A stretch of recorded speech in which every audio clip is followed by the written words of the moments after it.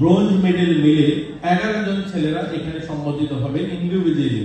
Gold এবং silver, অর্থাৎ gold 3 জন, silver 3 জন, bronze 5 জন, এরকম ছেলেরা এখানে সম্মানিত হবে, যাদেরকে আমরা প্রাইজ মানিটা দেব। আর গ্রুপে যারা খেলাধুলা করেছে গোল্ড এবং সিলভার মিলে 15 জন পাবে বয়েজের মধ্যে। কিন্তু মেয়েদের মধ্যে যদি সেই সংখ্যাটা বলি, মেয়েদের মধ্যে গোল্ড 5 জন, সিলভার 8 জন, ব্রোঞ্জ 4 জন, মাত্র 17 জনই পাবে। ছেলেদের থেকে অনেক বেশি মেয়েরা এখানে যারা এখানে পাবে অর্থ সাহায্য। মেয়েদের মধ্যে আমরা যদি দেখি গ্রুপে কতজন, গ্রুপে গোল্ড 5 জন, সিলভার 14 জন, ব্রোঞ্জ 16 জন, অর্থাৎ 35 জন। ছেলেদের ডবলেরও বেশি মেয়েরা এখানে অ্যাওয়ার্ড নিয়ে যাবে। এটা পরিবর্তিত ত্রিপুরা, যে ভারত প্রধানমন্ত্রী বলেন বা আমরা ত্রিপুরাকে শ্রেষ্ঠ ত্রিপুরা শ্রেষ্ঠ ত্রিপুরা নির্মাণ করতে চাই। কালকেই নারী দিবস, 8 তারিখ আপনারা সবাই জানেন, 8 মার্চ নারী দিবস।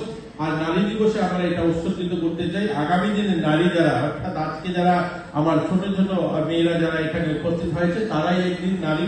আমরা ভারতবর্ষের এটাই সংস্কৃতি, যে সংস্কৃতিতে আমরা বিশ্বাস করি ঘুম থেকে উঠলেই ভারত মা বলে সম্বোধন করি। পৃথিবীতে একমাত্র দেশ যে দেশের ভূমিকে মা বলে সম্বোধন করা হয়, ভারত মাতা বলা হয়, এটা হচ্ছে ভারতবর্ষ। ঘুম থেকে উঠলেই পরিবারের লোকজন লক্ষ্মী পুজো এবং সরস্বতী পুজো, কালী পুজো, দুর্গা পুজো, জগদ্ধাত্রী পুজো, অর্থাৎ মাকে কেন্দ্র করেই আমাদের পুরো জগৎটা, এরকম একটা কল্পনা আমাদের।